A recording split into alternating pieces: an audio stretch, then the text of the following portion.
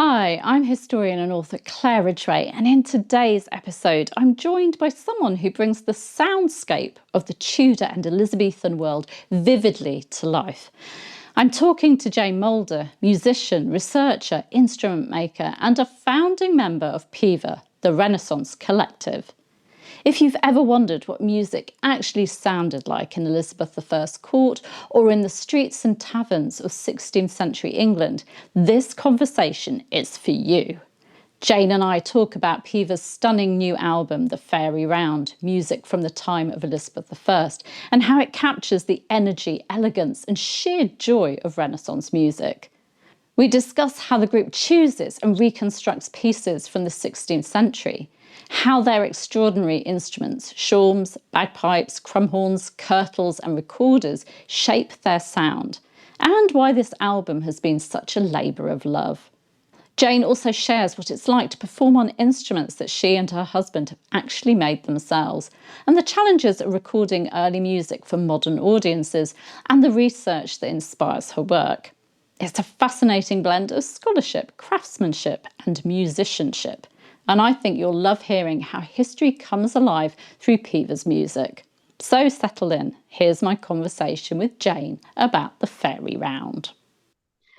A very warm welcome, Jane Moulder, to my Anne Boleyn Files YouTube channel. Thank you so much for joining me today. I'm looking forward to interviewing you and grilling you. No, crikey. Well, thank you. It's a pleasure to be here. So can we just start off, because I don't know whether my followers have come across you before, but could you just introduce yourself for us and tell us a bit about who you are? Okay. Well, thanks, Claire. As you said, I'm Jane Moulder, and I'm a musician, a researcher, a writer, a musical instrument maker, and just someone who spends basically most of their life immersed in some part of the 16th century. So the instruments that I make are based on historical woodwinds of the Renaissance. The music I play is Renaissance dance and popular music. And I have written for the Tudor Society in the past, for Tudor Life magazine. And I used to have a regular column in that. And I suppose the only thing that veers away from the 16th century is my love of bagpipes. And I am editor of Chanter, which is the journal of the Bagpipe Society. So that does definitely, although bagpipes are big in the 16th century, I'm a bit more out there. You just live the dream, really, don't you? 16th century, 16th century, Yeah, well, as 16th you can see, century. I've got a few books behind me as well. Yeah. Now, you mentioned your music, and I mean, you're in the group PIVA, Yeah. PIVA. So, for Yeah. those people out there who haven't discovered PIVA yet, could you start off by telling us just a bit about PIVA, how the group first came together, and who the members are as well? Okay, well, the group was formed in 2002, so we've been going for some time now. We've had a few changes of lineup, but basically the group was formed by my husband and partner in crime, Eric Moulder, who is also he is the instrument maker. I often describe myself as the apprentice that never got fired. So I work with Eric. So Eric is the instrument maker, and I suppose we both of us have had a love of Renaissance dance music. As I said, we make the instruments of the period. And so it just befell, really, let's start a group to play our instruments and to get the music out there. And we specifically chose the latter part of the 16th century, the popular dance music, because nowadays it's a period that really is overlooked. Um, the secular dance popular music of the 16th century, early music, which is the broad category which it falls under, which goes from anything from early medieval right through to sort of late Baroque. As it's become more mainstream, the focus has been much more on medieval music and on Baroque music, or from the 16th century, the more sacred music, the bird, the talus, the wonderful uh, choral polyphonies. That's really where it's at. And there were very, very few groups really concentrating on this repertoire. And we said, come on, let's start a group. So we started a group back in 2002. We called it PIVA. Which I can tell you about if you know want to know why we called it Oh, yes, that. please. But we've made it a little bit different because I mean we're woodwind players, Eric and myself, but we've always had a sort of a string element in it. So we've had people who've played the violin or the viol, which was a stringed instrument of the period. We've had Renaissance guitars, we've had guests coming in playing lute. So it's unusual to have a wind band that has strings in it as well, because you often get just string ensemble or wind ensembles. So we've liked that mix. And we now, our full title is PIVA, the Renaissance Collective. So it means that we can pull in other musicians and guest artists if we feel that there's a particular program or repertoire that we want to explore that has other people's skills in it. So PIVA, why Yes, PIVA? I want Well, to know. it's, I want to so know the history of the it's name. a lot. Well, it just sums us up because you know we are basically we're a good time band. We are playing pop music of the 16th century, and we wanted to sort of a name that was quite short and snappy, but also said about what we were. And Piva is, if you go to North Italy to the Veneto, you will find that Piva is a type of bagpipe. It's the local bagpipe to northeast Italy. It's also sort of late 15th, early 16th century dance. There is a piva. It's also a dance step. There's a specific dance step. And it's also a shawm, which is a sort of an instrument we play from this area. So we just thought, yeah, it's about dance, it's about music, it's about the instruments we play. And then a sort of audience member came up to us after about a year and said, did you know that piva was also the Russian for beer? So we thought, yep, we've absolutely got the right name for the group. And there is another coincidence that we found out about later that we just knew that we had called our group the right name because there's a family of instrument makers and musicians who I might well be talking about later called the Bassanos. And the Bassanos were brought over by Henry VIII when he wanted to try and modernize his court and bring the best of Europe to the English court. And he went out to deliberately try and encourage musicians from all around Europe to come and play at his court. And the Bassanos at that time, and there were six brothers, were playing for the Doge of Venice. And the Bassanos were brought over and enticed over with lots of incentives by Henry, and they came over and they were appointed the king's recorder consort. And they basically stayed and settled in England and were royal musicians right through until the court of King Charles II. And Eric and I have done a huge amount of research on the Bassanos. And one of those little gems that came out that was that spine tingling moment was that when they were called Bassanos because they had come from the town of Bassano del Grappa, which is famous. If you like grappa, you'll know exactly why the town is famous. But also, it was famous for its silk. So they were silk merchants as well, and their symbol was a silk moth, and that mark is on their instruments. But when they lived in Bassano, their surname was Piva. Oh, wow. So yeah, so it was just like, and this was probably we'd called our group PIVA for maybe 2 or 3 years before we'd Mm. found this little bit of research, and we were just It was just spine tingling. It was great. Brilliant. So how many members have you got in PIVA at the moment, and what Uh, are their sort of backgrounds? What do they play? well, for the first time ever, we are purely a wind band, which is it feels a bit bizarre. There are five of us at the moment. So there's myself and Eric, and then there is Jude Reese. And she's a what we call a whiz. She's a professional oboist, but she's also she's now veering into the realms of electronic music as well. But she's got a foot firmly in the folk world. She's famous in folk circles. And as a classical oboist, but she specializes in early woodwinds. So she plays, and she was originally a customer of ours, and we got to know her. So she plays double reed instruments, she plays recorder.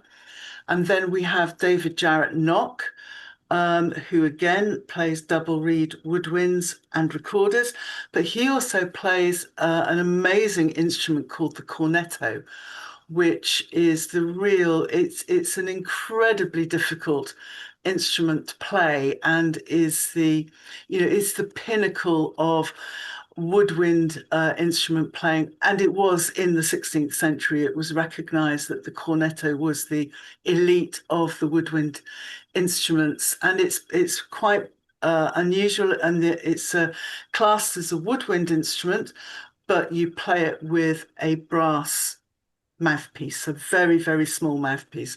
And it has an incredibly vocal quality. And David also plays Renaissance guitar. And then we have Tony Milliard, who is the only other original member of the group. And he plays bagpipes and recorders and woodwinds. And then he also plays an instrument called a hurdy-gurdy, which you may or may not be familiar with. But that's another whole instrument. But we have another member of the group who is our string player, Kate Moran, but she's in Hong Kong. She went and got married and inconsiderately decided to move to Hong Kong. She's still in the band. She's coming over to join us. We run a residential music course each year, and she's coming back from Hong Kong just to take part in that because it is just a temporary. Well, she keeps saying it's temporary, but she's been there 2 years. So yeah, so Kate is an amazing violin player, and she again is in the classical world and runs orchestras, and she's also in the Baroque world and in the folk world. So yeah, we've got a real mix of people. Hmm. And Now, on oh, our go on. Sorry. Yeah, I was going to say on our latest CD, there's another person called Mary Moen, who is our Okay. viol player, and she sadly had to leave the group for personal reasons earlier last year. So earlier this year. So yeah, so we've been in a state of flux. So Hmm. Okay. Now you've mentioned your album there, but yeah. before we move on to talking about the new album, yeah, how many albums have you done, and how has Piva's sound sort of evolved over that time? Okay, well, this will be our third. So we've got two other CDs. The first CD, which came out in 2010, was of English music and dance. Our second CD, which was 2016, that was Italian music. So again, the same period, late 16th century, but all Italian music.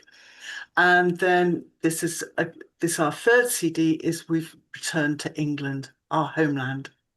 Yeah. Oh, congratulations on Thank this album. It's called The Faerie Round. It really is beautiful. It's been described as stunningly beautiful as well. So, you. what was your vision for this album when you began? And whose idea was it? How did Well, it come about?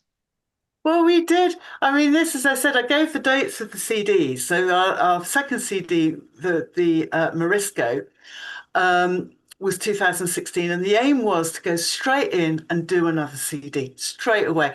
Well, we're 9 years on, so it's been a bit of a journey. So the I what we we sort of focus on music from Europe, but we love English music and we love Italian music. And we are and we are always researching and trying to find good English instrumental dance music. And it is quite difficult. And we had sort of started down this journey. So we said, come on, let's get another English CD going because we were beginning to put this repertoire into our programs. It was getting really great responses, and people were saying, have you got this on your CD? No.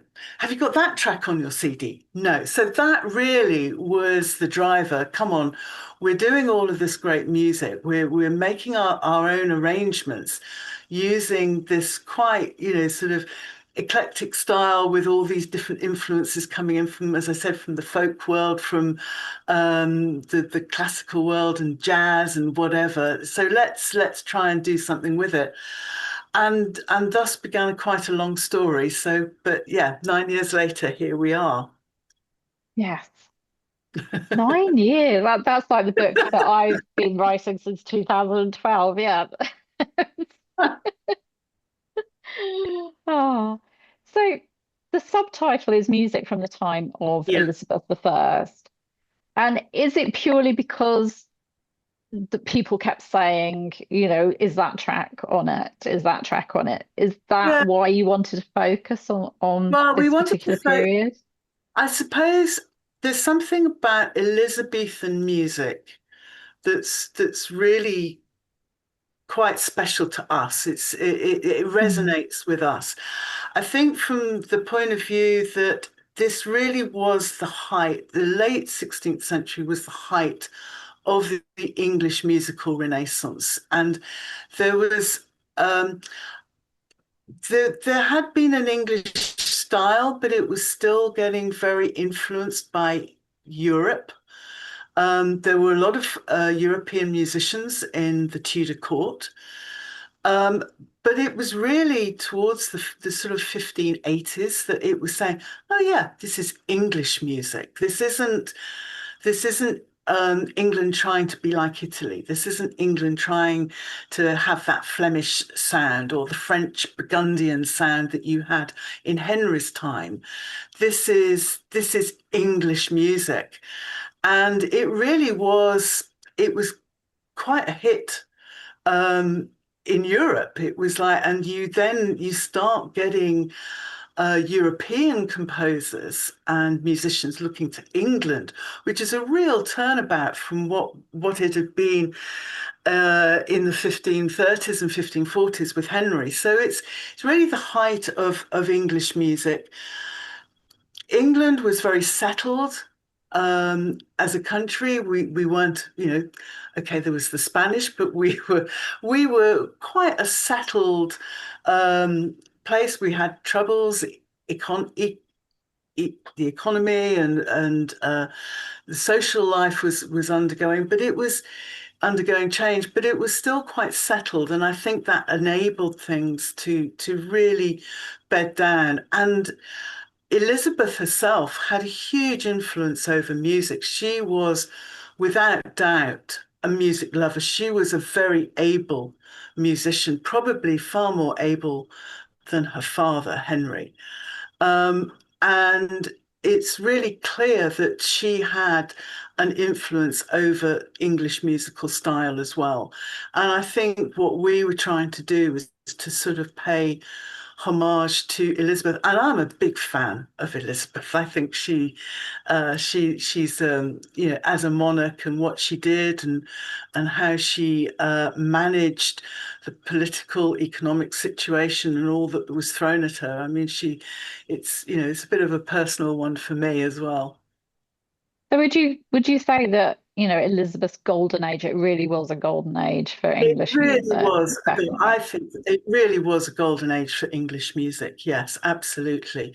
And yeah, so it's like, and I think if you look back um, at English music of this period, you've got the English madrigal is just stunning. it's such a wealth of repertoire, and you've got people like William Byrd. And I mean, as I said, we're not focusing on the church music, but if you look at that English choral polyphony, I mean, it's just meltingly gorgeous. I mean, it is very um, intelligent, emotional music that I don't think we'd seen before in this country. And but then there's also these beautiful lute songs, and you've got John Dowland, and there's just, and the keyboard music from this period is great. What there isn't is a lot of consort music, which is what PIVA plays. That's not come down to us, which is way where we like the challenge. Mm. So I mean, you talked about this album being a journey, like a personal kind of journey for the group as well. But it's a journey in itself. It's contemplative in parts, rousing in others. So how did you decide on the order of the tracks?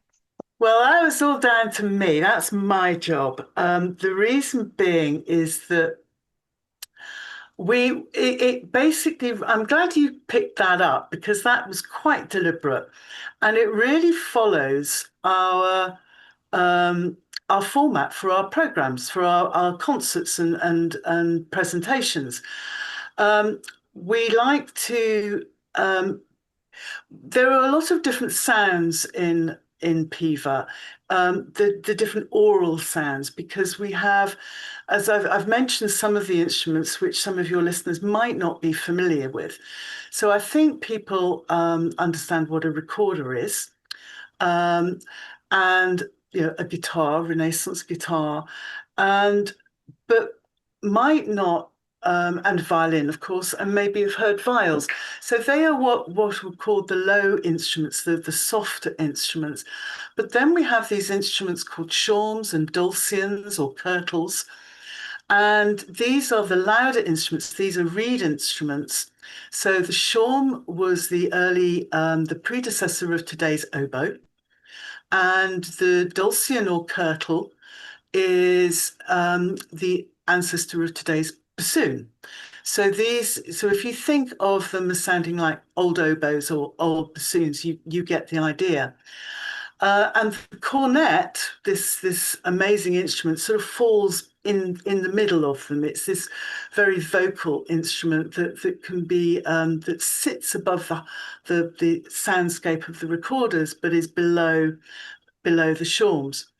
So, so what you've got is a mix of different instruments and a mix of sort of natural sound levels before anything is enhanced or mic'd up or anything like that. And so when we plan a concert, we like to start with something that's really quite rousing, quite a fanfare or a stridenty piece on these loud instruments. And then we sort of bring from this really sort of strong opening, we bring the sound quite down to some much more quieter, contemplative pieces. And then as we're working towards the interval, we want to bring the mood up. So we bring out the bagpipes or we bring out the hurdy-gurdy and get it a bit more upbeat. And then we do the same for the second half. So that's it. So our album really is a program. It's two halves. So you start off with something quite loud, you come down, move up a bit in the middle, kind of go down again, and then hopefully get to the last big rousing piece. So that's how we do it. Well, this will make you laugh because Tim and I were talking about this interview and the album in the car earlier, and he was saying that he was so tempted. I think it's track one, which you said is a good opening one. He said he's so tempted to put some sort of a dance beat to Oh yeah, Ibiza. absolutely. Well, you see, I have no problem with that. It's like I said about Jude. I mean, she is going out now. She's got a sort of stage name called Madrigal, and she's going out solo doing looping, live looping with all beats and different sound effects and electronica. So Oh wow. absolutely, yeah, so look up Madrigal as well. So Okay. I'm so going to write she's, that down. yeah, Madrigal. We're all going to look up Madrigal. she's getting involved in sort of all these electronica festivals, Oh, playing early music. brilliant. And it just shows that, yeah, you can do some. I'm going to have to look at. I can't remember what track one was now. What's he got I planned? can't remember either. I'm Oh, sure it was Toddler's track Delight. one. Yeah, yeah. I mean, that's really interesting. That song, that tune, Quadling's Delight, is also known as Goddesses. And Mm. if you come from the folk world, you won't know it as Quadlings, but every folkie knows Goddesses, and so it's a tune that's still played in pub sessions today. And in fact, someone who bought the CD, that is the CD, by the way, said, "Oh yeah," he said, "I was trying to work out what that tune is. Why do I know that tune? Oh yeah, I was playing it in the pub 2 nights ago." So yeah, it's music travels. That comes from 1590, and it's still in the popular idiom today. Oh, I love that. That's just amazing that these pieces of music just carry on. Yeah, you Oh, can't, they're good tunes. They're absolutely good tunes. And Goddesses first appeared in print in 1651 with the mm. John Playford's English Dancing Master, and everyone thought it was a 16th century tune, but actually no, he nicked it from the 16th century. Yeah. Now, people will have heard of probably like William Byrd, Thomas Tallis, and they're the names you think of when you think of 16th century sort of composers. So obviously you feature pieces by William Byrd. Um, how do you balance the well-known with the lesser heard works in your album? Take us through the album, I suppose. Who else do you feature? Well, I mean, it's interesting you pick up on that because yes, William Byrd is a known name. I mean, he is the big name from the period.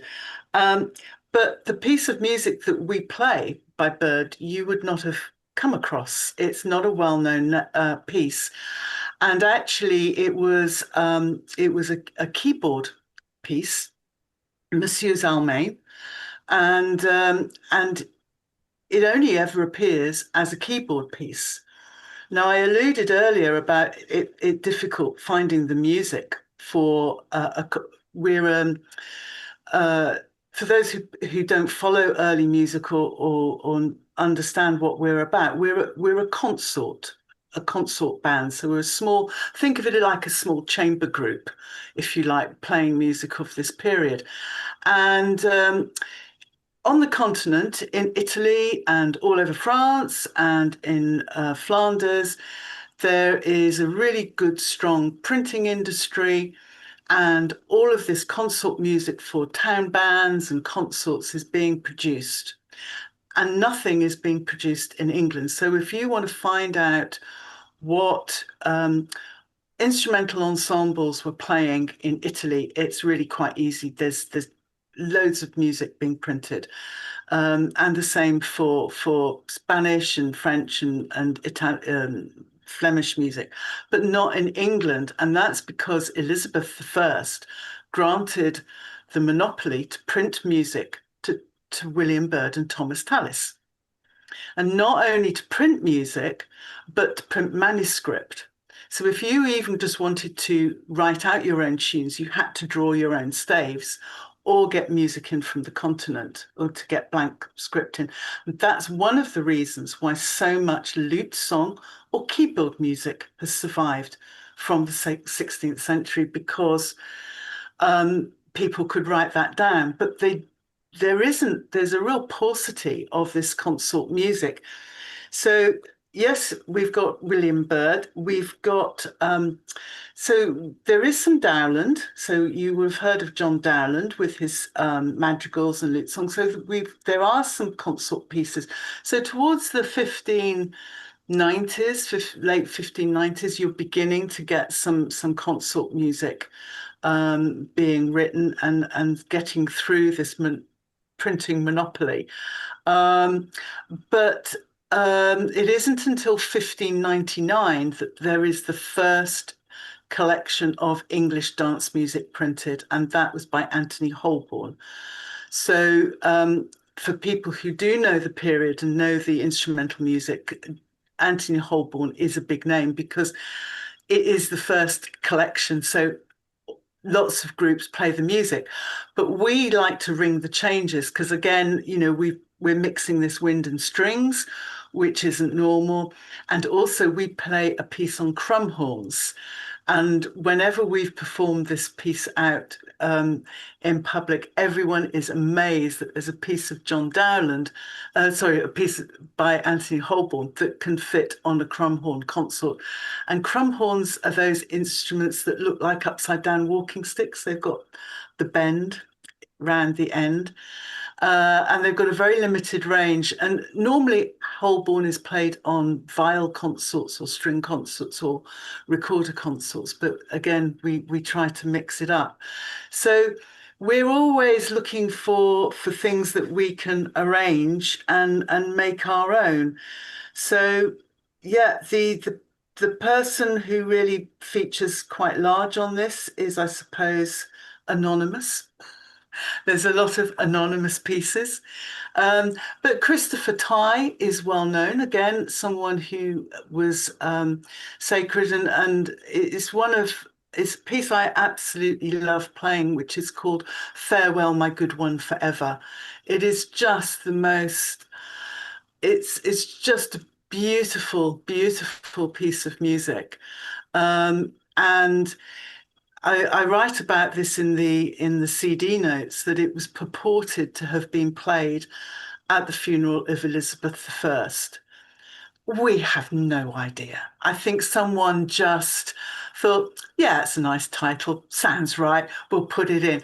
And Claire, how many red herrings are written in books that you can go round and go round. There is no record ever anywhere of what was played at Elizabeth's funeral. So it's just a nice story, but it is a beautiful piece of music. So we've taken music that was for vocal music or choral music, and we've adapted it to suit our needs. So the fact that Tallis and Bird have this monopoly, that must make researching it really, really difficult because Yeah. so how is there any other music at all? Did anyone write things down that didn't get printed but Well, are in archives you, somewhere? well, you sort of have to be a bit of a detective in a way. Hmm. So some of it is really quite easy and obvious. So yes, it's easy to find the Anthony Holborn that was printed. It's all there. It's easy to find the Dowland that was printed in his time. Um, um, but other things, we look to, as I said, the English music was beginning to become popular on the continent. And what you had after, of course, when Elizabeth came to power, and although she was quite, she turned a blind eye, I think, to some of the Catholic musicians and composers. William Byrd was outwardly Catholic, and yet she supported him. So, she wasn't going to cut her nose off to spite her face. She let him sort of stay. But obviously, a lot of Catholic musicians did go to the continent when she came into power, and and John Dowland did as well. He did come back, but he did sort of leave for a while. But what you have then is the continental musicians taking up English music that they've heard from these English musicians, and it gets printed in Europe. So you find English music being printed with a different name in Europe. So that's another way. And then the other way you can find out tunes is, so, for example, there's a tune that was printed in Holland in 1551 called the Quarter Brawls. It's a standard. It's a really good boppy tune. It's a fantastic tune to play, and there are plenty of songs in England printed, often with the lyrics, but not with the tune. But what they'll say is to be sung to the tune of, and then you see, such and such, to be sung to the tune of the quarterbrals. Think, so there is this Dutch tune that's known in England sufficiently that it's called by its Dutch name, the quarterbrals. So that then gives us permission, if we're going out with an English program, to say, yeah, we can play this because this tune would have been known in England. And that's just an example of how you go about trying Yeah, to sort of put detective two and work. two together. Yeah. And yeah, and it is just finding these things. And a lot of so um in the same way we got Monsieur's Almain from the Fitzwilliam Virginal book, again, we've got other tunes like Nutmegs and Ginger have come from the Mm. Virginal book. And the Virginal book, I wrote an article for Tudor Life on the Virginal book it's quite a few years ago now, and he wrote it whilst he was in prison. He wrote all this Francis Tregian, that's his name, Francis Tregian, and it is just this amazing resource of over 300 tunes written out whilst he was incarcerated in the Tower, Mm. and he wrote it all down. And that it's those sorts of things that we can sort of grasp hold of and say, okay, here's a piece of keyboard music, let's arrange it. I um love people like that that either keep a diary or use yeah. their time in prison to record things. Or my favorite is to Francis Knowles writing down his children's birth dates in his Latin dictionary. It's like, Oh, yes, yes, a Tudor person that actually thinks ahead. and I think at this point, I need to say that Eric, my husband, he is the sort of the guy in tries to keep us all under control, but Mm, he does the arrangement. He is the one that takes this piece of of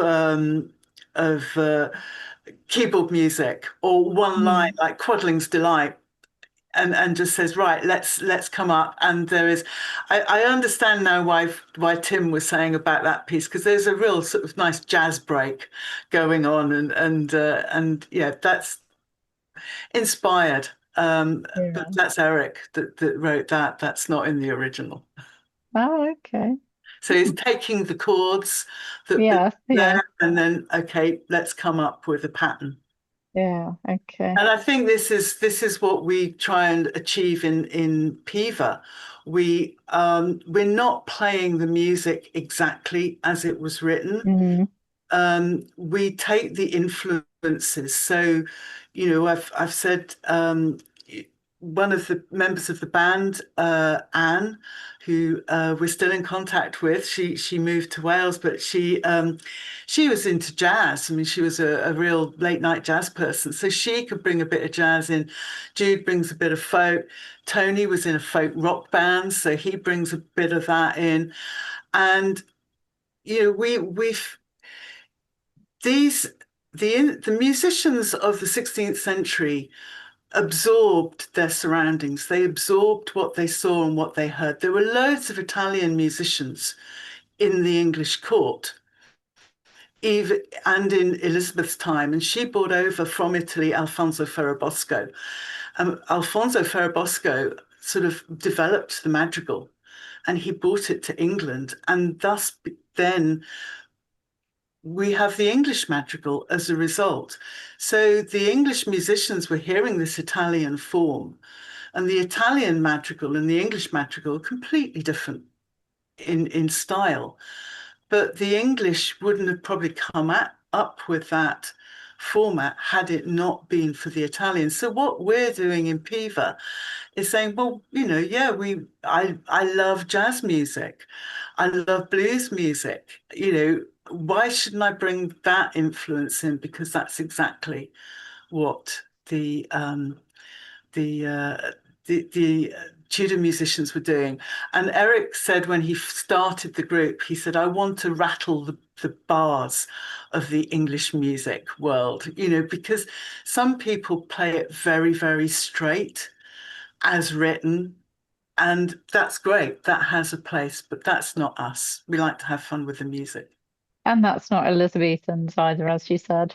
Yeah, They had fun too. absolutely. Absolutely. You had a great time. So what track or perhaps moment on the album is your very favorite? What means most to you personally and why? Um, I think without a doubt, the last track, which is La Douancella and La Bunette, and that is an example that it comes from a keyboard manuscript, but we've arranged it. La Douancella is me on bagpipes on the top line with what we call a cozy curtal consort underneath. So this lovely, sonorous, bassoony, reedy sound sitting underneath. And then it ramps up into La Bunette, which is a real rollicking dance tune with shawms and hurdy-gurdy and percussion and all the rest of it. And again with bagpipes. And I just love it because I said, right, I want to play this, and I think it can be played on bagpipes. And I did it in one take. So that's why I love it. And that Oh, is quite rare, I can tell you, to do that. And I did it in the first take, and and then I said, oh, I'll do another just to be, on the safe side. No, it's the first take. So what you hear on that was just me playing boomf. And that's an achievement because it's a long piece. It goes on for 6.5 minutes. wow. Yeah. So when you, I mean, your music, your group, I mean, and the album, you use period sounds, you're using period instruments. So how do you go about choosing the instruments for each track, each composition? Are you being very traditional? Are you looking at what would have been used, in the court, in Elizabeth's court, or has Eric been creative and yeah, No, I mean, how do you do it? well, every single instrument that we play would have been known to Elizabeth and her court. So we play accurate reproductions of the instruments of the period. So all our instruments are absolutely spot on late 16th century. So that's a given. And then I think the best way is that we're guided by the music. So that track I was telling you about, Farewell, My Good One Forever, I mean, it's a soulful piece of music. It wouldn't be right to play it on loud, strident instruments, whereas My Lord of Oxford's march, it's a march. So yeah, you want it to sound like a march. And it's so that, yeah, we can play that on shawms. Um, and then, so when Eric is arranging the pieces and looking at them, he's got a soundscape in his head. Oh, I think this will sound really good on this combination. And Eric will come in, we have a rehearsal, we get together.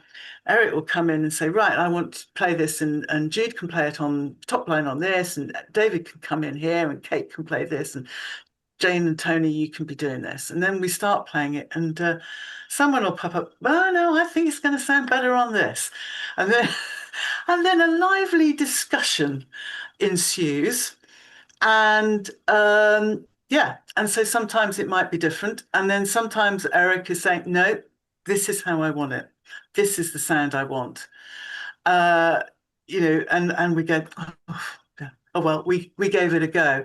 And then sometimes things happen by happy accidents. I said that we're a collective, we can bring things in. So one of the tracks on the CD, Nutmegs and Ginger, which again it was a song. Sadly, we can't find the lyrics to it, but we do know it was a song. And I think on the CD we play it on a mixture of strings and soft woodwinds. And we came to perform it out in concert. And Kate, I think one of the string players, was couldn't make that gig.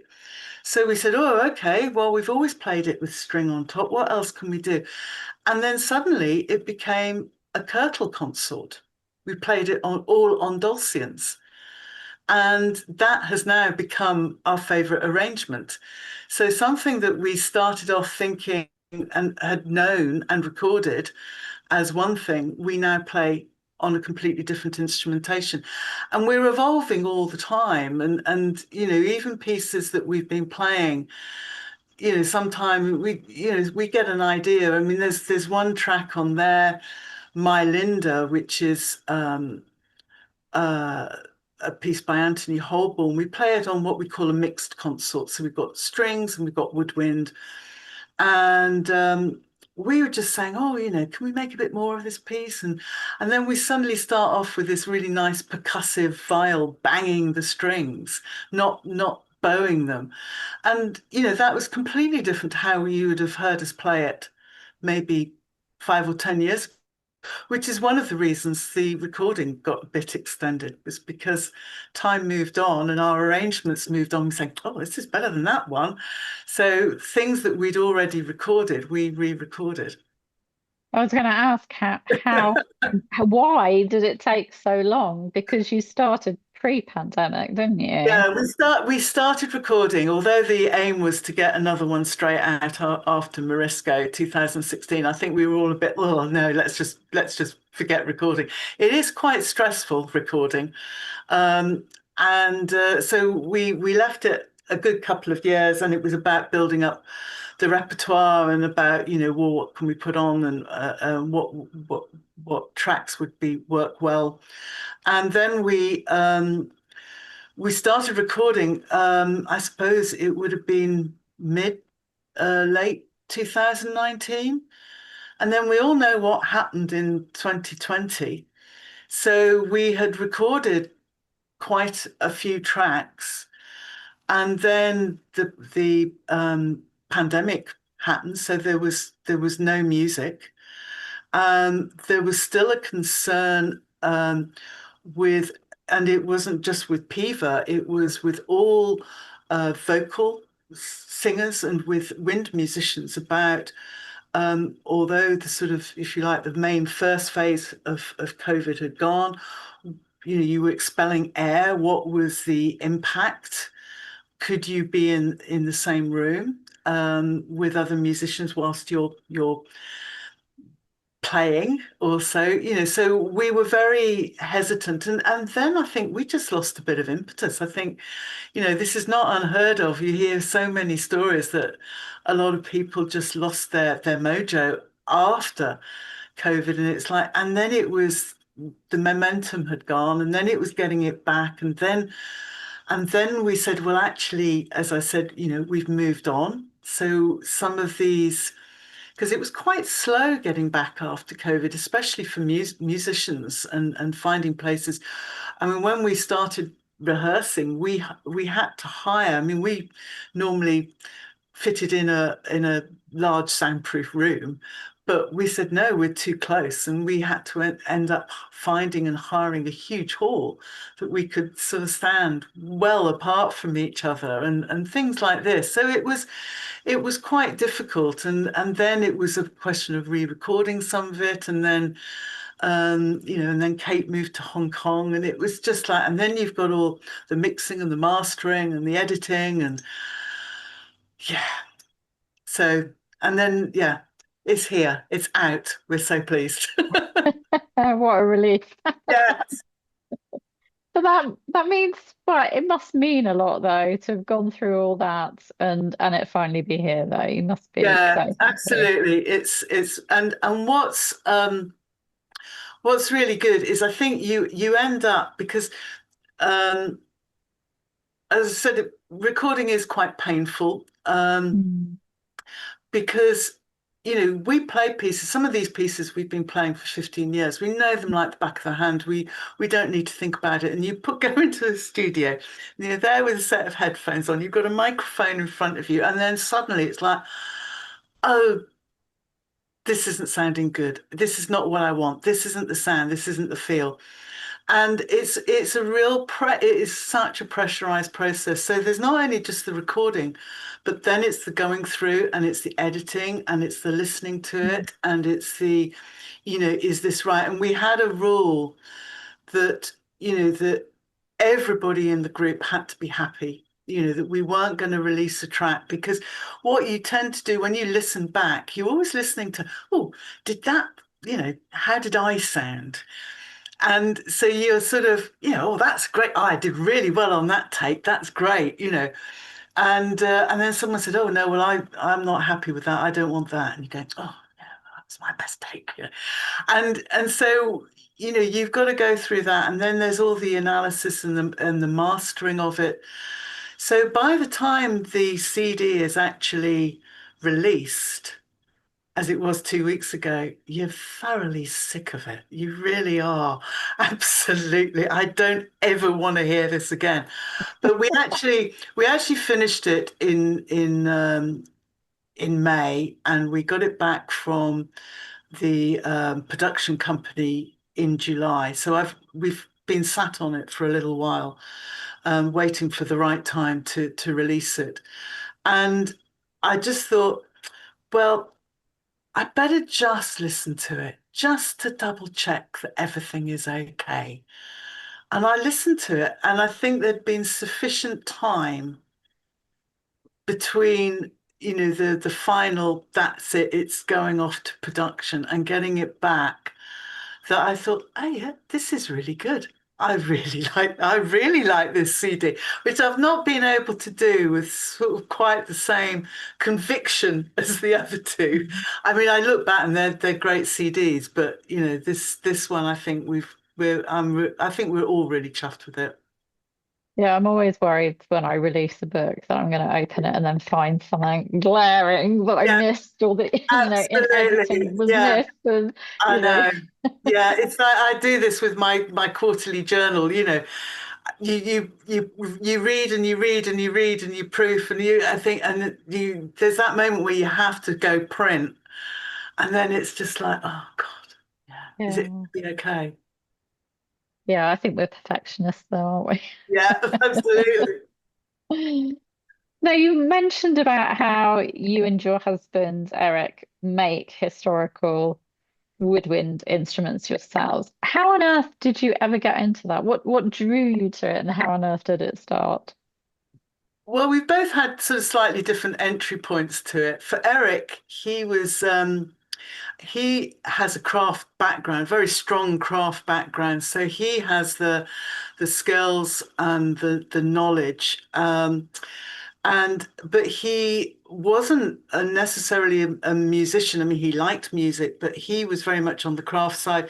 And it was his first wife, Carol, and their friends that were the musicians. And I suppose in the early 70s, it was when early music, if you like, really took off. I mean, some of your listeners may have heard of David Monroe. And really, David Monroe was really quite key and instrumental during the 70s for launching this sort of popular early music movement. And Eric and his friends went off to a concert to see David Monroe, and they'd been the concert had been playing recorders which were known, but they went to see this concert, and there were all these weird and wonderful instruments, and including the crumhorn. Everyone just loves a crumhorn. And one of the members of the group, Carolyn, was just next day was walking down in London, central London, and in the shop called Musica Rara, there was a crumhorn in the window, and she went, "Oh, great! I'll buy a crumhorn." Bought this crumhorn, bought it back to the group, and they realised that the sound quality of a crumhorn did not mix with recorders. They're two completely different sounds and sound qualities. And so everyone looked at Eric and said, well, you're the craftsman, make us another. So Eric, with his, he had got some knowledge of musical instruments through having rebuilt an organ for his church. He had moved a great big pipe organ from north down to and fitted it, literally installed it into his local church. So he knew about acoustics and how musical acoustics and how they all work. But with that craft knowledge, he set about making a crumhorn, and it really was, a voyage of discovery. And then he made this crumhorn, and then he got much more involved in it.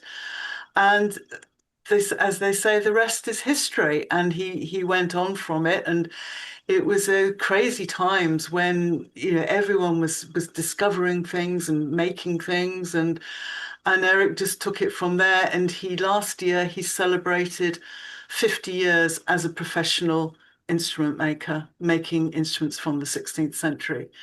And there's not many people like Eric in the world. He is the only person to make the range of instruments that he does. He is absolutely a unique person. And I got involved basically because I met him. So I came from the playing side.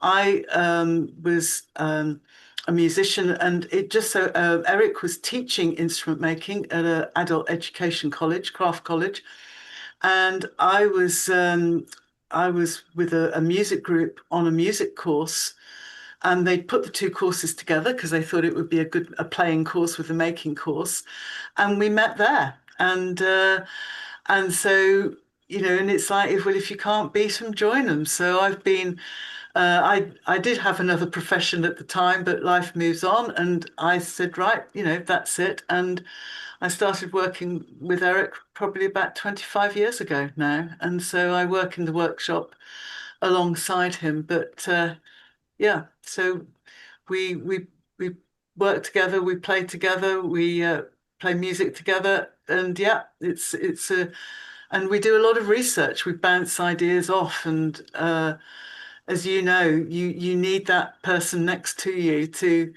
be your sounding board, and we do that. It's quite reciprocal in my areas of research on social history, and delving through my books and coming up with articles, and working with the instruments. Yeah. So, does playing on instruments that you've actually made yourself change your connection to the music that you're playing? I think so. Yeah, absolutely. It's a really special feeling, to think, oh yeah, I made this. It's great. I mean, I think any musician will feel a connection to their instrument. I mean, it's why when I see on Facebook that someone's instrument has been stolen. I mean, my heart goes out because you get such an intimate relationship. You have to know that instrument so well in order for you to be able to practice your craft. And so when that instrument disappears, a little piece of you goes with it. And so, yeah, you have a connection. And the fact that it's something that you've crafted and you've maybe researched, and yeah, it gives a little extra glow, I think. But Mm. I mean, I have my bagpipes that I haven't made at all, and and there's a very special spot in my heart for all of those as well. But what are the biggest challenges of maintaining and performing with historical instruments? The tuning, absolutely, Okay. the tuning, for a variety of reasons. I mean, this is for woodwinds. I'm talking from a woodwind perspective. Um, Although stringed instruments have their challenges too, from a tuning point of view. I say that because one of the challenges and one of the enjoyments, which is also a challenge and frustrations of playing these early woodwind, is that they don't have the refinements that came later with the Baroque and modern instruments. So I said that the shawm was or the dulcian were the predecessors of today's oboes and bassoons. Well, if you can think of a modern orchestral oboe, there's just keys all over it, or a bassoon is just covered with metalwork. And there is a joke which says you can't see the wood for the keys. So yeah, it is bad. But there is a reason for those keys because those woodwind instruments are imperfect. So those keys are a means of trying to get an imperfect piece of wood to sound right. Renaissance instruments don't have any keys. A shawm is just it's that shape. There's no keys on it. So all the work to get those notes in tune, you have to do it all with your embouchure and your fingering. And you have some pretty weird, unstandard fingering. Any reed player will say everything's reliant on the reed, but perhaps your embouchure and some notes are what you call head notes, that you have to just think a note because the note doesn't exist in the instrument, but you have to think it and will the instrument to play it. So there's a lot of that going on. And that, as I said, is one of the rewards of playing it and also the challenges. And then you have the fact that when you're playing with a mixed consort, so you have the strings have gut strings, so they're very susceptible to atmosphere. In fact, all the instruments are, the reed instruments are. So a cold, damp church is perfect for a reed instrument. Woodwinds like cold, damp churches because there's a lot of moisture and the reeds don't dry out. And they might be a bit flat to play with to begin with, but they can, you can get them up to pitch. They're great. Strings absolutely hate a cold, damp atmosphere because they just go soggy. So whereas ours go up, strings go down, and it's no, it's the other way around. We go down, they go up or whatever. And then in the heat, it goes the other way. And so reed instruments hate heat and dry weather, whereas the strings will love it. So you're balancing the two sounds to try and get the tuning right. And then, you get to a gig and you spend all this time acclimatizing the instruments and you get them balanced. And then the audience comes in and then they breathe and then it all goes out again. So, and the heat of, an audience can again upset the atmosphere.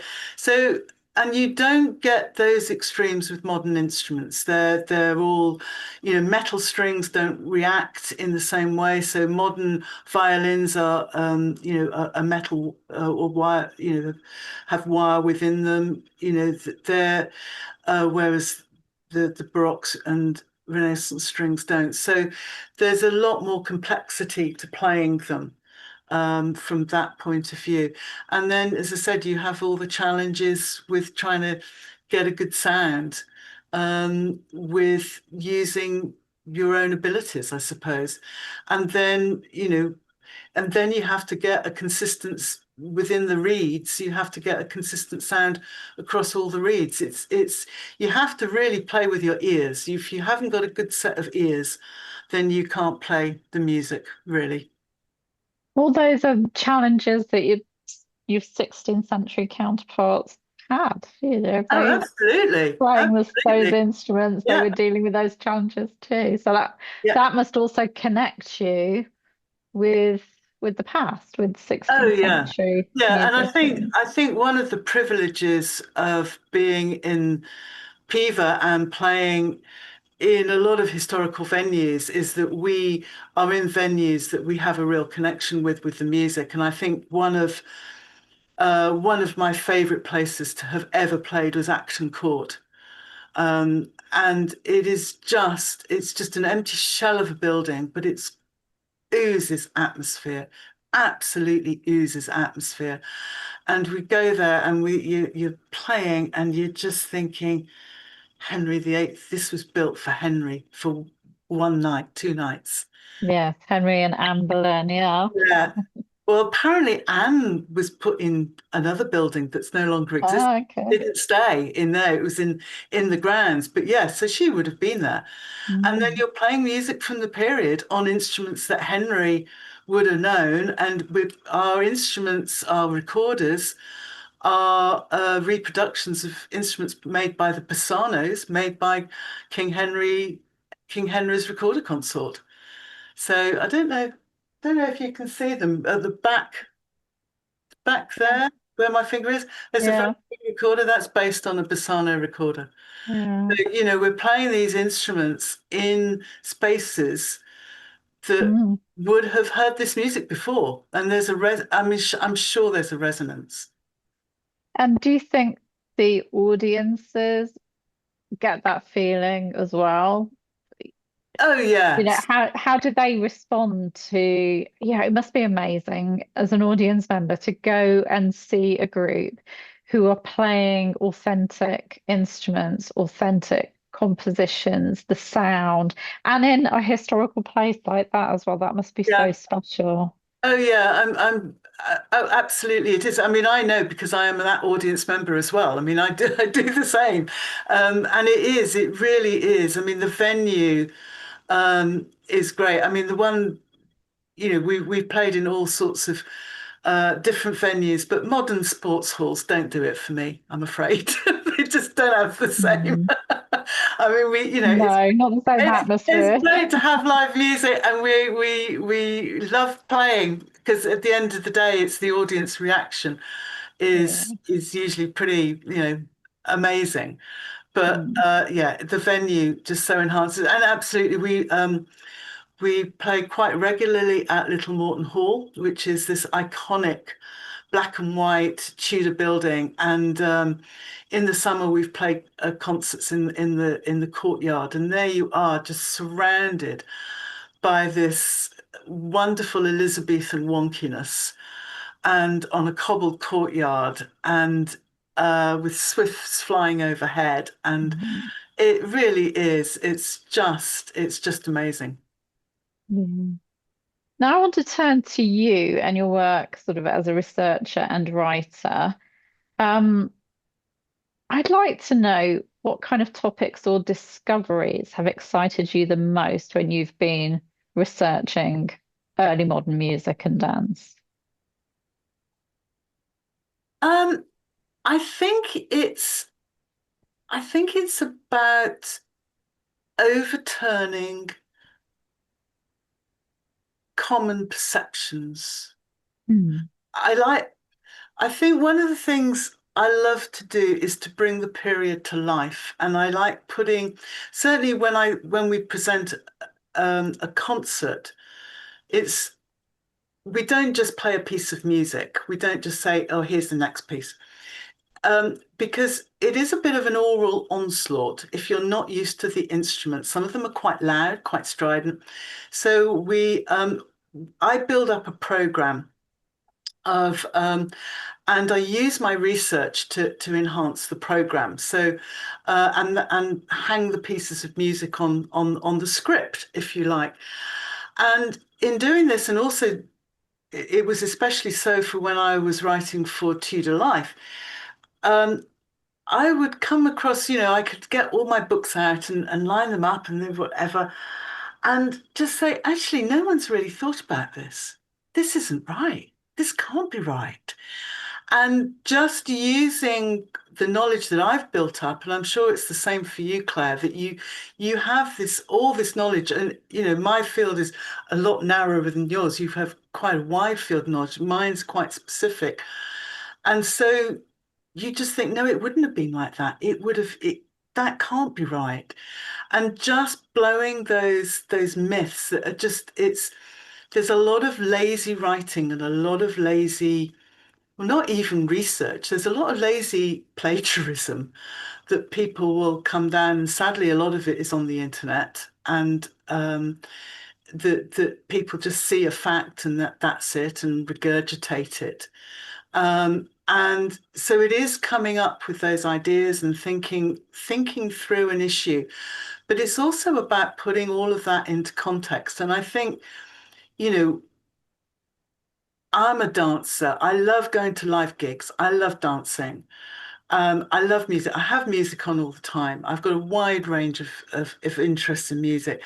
Why would you be any different? We know that they paid their bagpipers to come and play for them whilst they were working in the fields. So it's music whilst you work. They had, music at weddings and christenings and engagements was absolutely crucial. When you're having a quiet little chat with your ladies, you want, a bit of music on in the background to enhance exactly the same today as it was 500 years ago.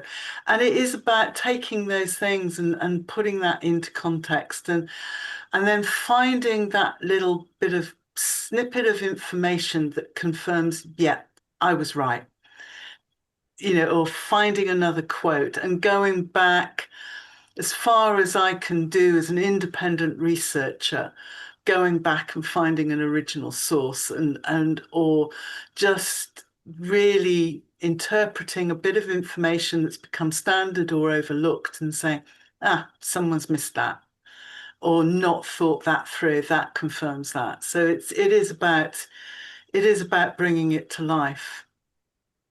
Yeah, there's so many assumptions. And as you say, it's because, yeah, things are just regurgitated and regurgitated. And I think people forget where that even came from in the first place Yeah. and whether it has any basis at all, in fact. Yeah, I mean, Yeah. what I do, you can't see it here, but I've got an old clavichord here, um, that Eric made. It's one of the first instruments he made, big string that's got a great surface on it. I can put my books on there. I used to have another keyboard behind me, but that's gone. And I can lay my books out. If I was researching something, I can lay my books out in printed date of publication order on a subject, and I can see. And it goes back. A lot of the research that I do is obviously with secular music, and there was a guy called Woodfill back in the 50s who wrote this book, an amazing piece of research. And you can see from him, you can just see some of his sentences just just tweaked a little from book to book to book. So I'm not going to copy him, but I've got to find another way of saying what he said. And then by the time you get to something that's printed in 1995, it's so distorted from the original sentence that it's completely lost its meaning or has come out in a different way. And you just Like think, Chinese whispers, or yeah, what they call absolutely, telephone, I absolutely. think they call it in the US. Yeah. Yeah, Yeah. And that's really interesting. I've never yeah. actually tried laying books No, we'll out like do. that. It's a great Yeah, I will do exercise. that. Now you've got a huge interest in the bagpipes, and you're the editor of Chanter, the Journal of the Bagpipe Society. So, talking about myths and facts, do you have a favorite historical fact or a myth that you've busted to do with the bagpipes? Well, I still have to say, because people will come up to me and they say, "What's that instrument you're playing?" And I say, "Well, it's got a bag and it's got a pipe, but it's not a bagpipe." My favourite myth is, of course, there is something other within this world than the Great Highland Bagpipe. I think everybody thinks about the Great Highland Bagpipe in Scotland, and that's it. So I like, exploring that. The simple myth that I really like to bust is that bagpipes go back into history.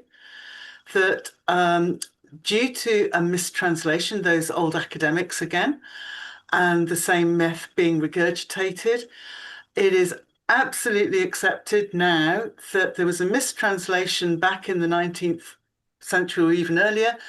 Nero was playing bagpipes when Rome burned, not the violin. Because, of course, the violin wasn't a thing back in Roman times. Bagpipes go back to Roman period, and Nero played them. It was a utriculus, and yep, that was it. So that's a good myth to bust. But basically, my love and passion is the 130 odd types of bagpipes that exist other than the Great Highland bagpipe. And in the 16th century, the instrument the other than church bells, I think the instrument that people would have heard more than any other instrument in England would have been a bagpipe. They were Really? Wow. absolutely ubiquitous across England. Yeah. Village would have had a bagpiper. And the reason we know this is because the bagpiper was always in trouble. So he was always in. So after I'm going down a rabbit hole now. You have to stop me if you want. No, no, no, this is But fine. I like it. so, as I said, it's people like dancing. You work 6 days a week. The average for your average Tudor, it was a 6 day a week. Sunday was your day off.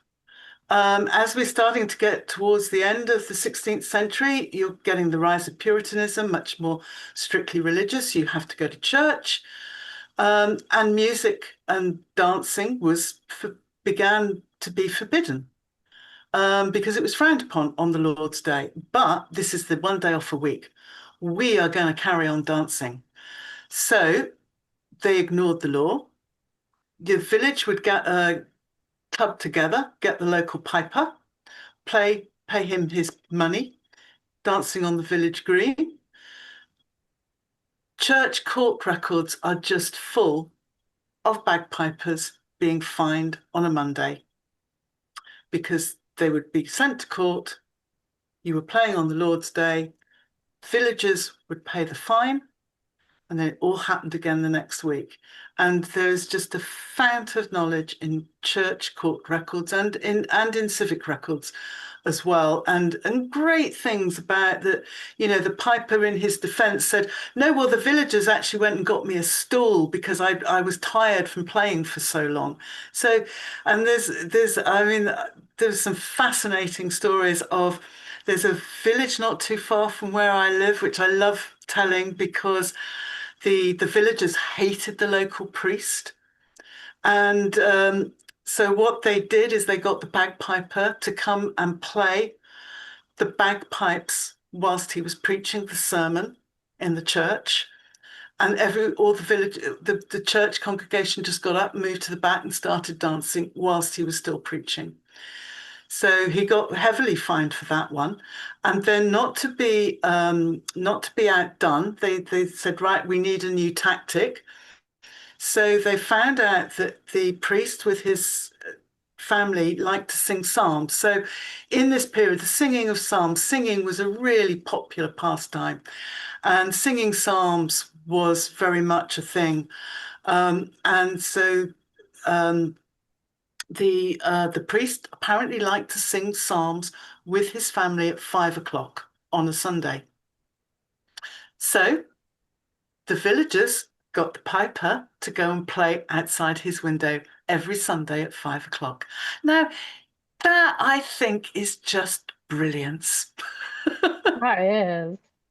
Wow, And, I've never realized that when they mention piper, they mean bagpipes. well, we don't know it's bagpipe. So that as a researcher is where you have problems. Okay. Sometimes it is, so if you see piper, you have to look for context. So shawms, this reed instrument could be a pipe. Um, a recorder could be a pipe. The other popular instrument of the time for dancing to was a pipe and tabor.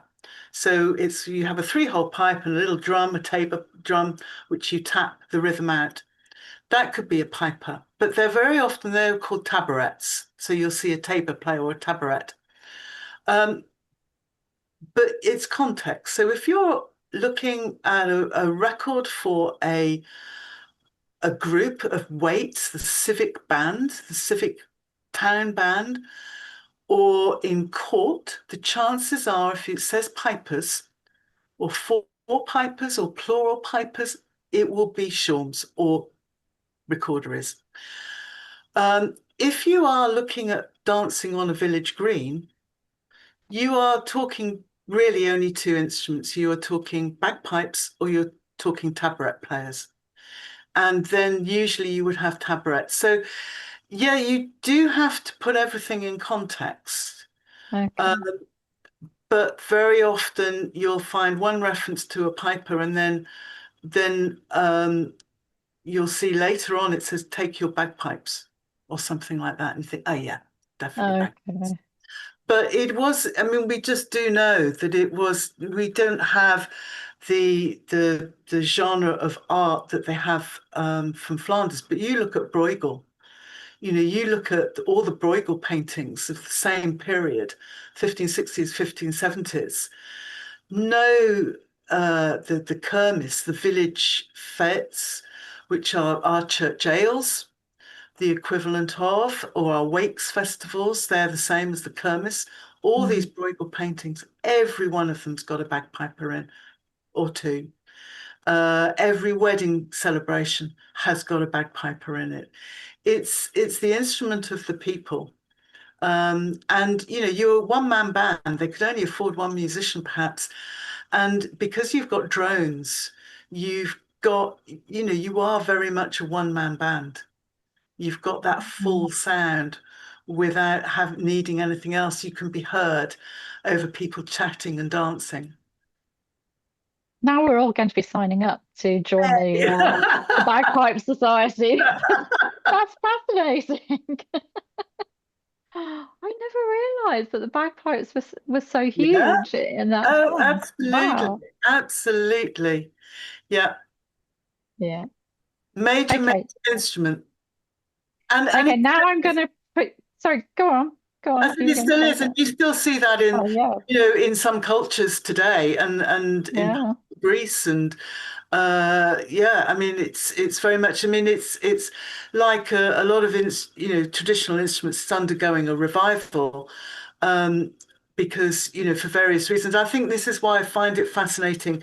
You know, I mean, in my last edition, I covered bagpipes from Estonia, bagpipes from northern Greece, from Macedonia, and bagpipes from Hungary. And what you do, it's not just about the instrument, it's about the culture, it's about the traditions, and you know you find out about so much more than just a musical instrument. Mm. Wow. Okay. To bring things to a close, I'm going to do Okay, quick fire round now. Okay. Favorite Renaissance composer? anonymous. That's cheating. No, because I've played so many bagpipe tunes that I've had great fun, and I've no idea. No, there are so many, but no, poor old Anon, he's completely Yeah. disregarded. But He's really good as well. yes, he had all the best tunes. Okay, anonymous. Okay. If you could time travel back to the Elizabethan period and hear one Elizabethan musician perform live, who would it be? Or to hear the work of a composer? I think I'd like to go and meet my friend Antonio Bassano because he must have such a fascinating story.